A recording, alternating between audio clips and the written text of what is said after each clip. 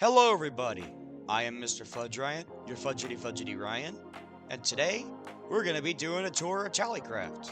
To sum up what Tallycraft is, it is essentially a server for those with autism and ADHD. To generalize it, our main target demographic is what they refer to as neuroatypical individuals. Personally, I think neuroatypical is a little extreme, but hey, that's what people refer to it as, so that's what we'll go with here. To start our tour, we will begin in this little structure here. This little structure is based off of a cabin. This cabin was at a summer camp I went to, and it was very fun. A fun fact about this cabin here, it's actually the only structure at spawn built in creative mode. You see, I have an admin rank on this server. However, this admin rank that I have only has luck perms permission. That means I do not have full operator power on this account.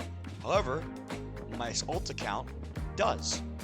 So if there's ever a major investigation that gets done, I hope that's not the case, I would go on my alt account. That usually happens when somebody x-rays, steals, or griefs, which is something we do not tolerate on this server, by the way. Typically, all moderation duties are done on this account. There's also a very lovely staff team, and they will not hesitate to help out when necessary. Our next stop is here. This little area is actually the main storage system for all these farms. Why is it raining? Ah! Alright, we're back after the intermission. This here is the main storage system for all of these farms. I think that's pretty cool. Our next stop is here. Here is the carrot farm. For some reason, it's empty at the moment. I have no idea why. I think it's a bug with 1.20.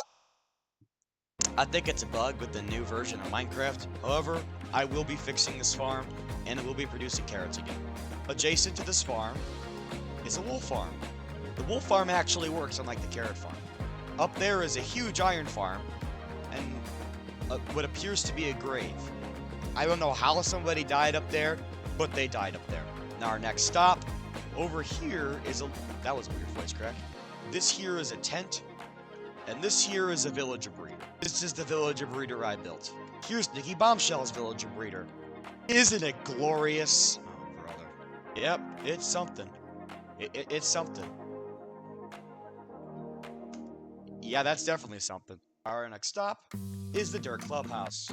I have absolutely no idea why this thing exists, but it does. Pixie6 is the senior co-owner of the server, and they're working on a town. Here is their wonderful mine. Here is their amazing smelting area. Here's a really cool tent with their introduction book inside. Here's this really cool cauldron thing. I have no idea what it does. I think it's like a thing you cook in, like a very old-fashioned, like, kind of thing. Here is a sleeping tent. Here's the fountain we built together. And here's a little tower. Here is a netherite block. Here's a diamond chandelier. And here's walls made out of diamonds. Or pillars, whatever they're called. Here's where I get all my enchantment books. Here's where I get all my armor, XP bottles, tools, and gear, and food. Here's where all the villagers come from. Here's a chest room with armor stands with maxed out netherite armor. Here's a brewery / enchantment room. Here's a bedroom with more sets of netherite armor that are maxed out. Here's like a utility room. There's a melon and pumpkin farm. A nether wart farm. A sugarcane farm. And a set of dual iron farms. Just down this way is the admin hallway, and several sets of adventure armor.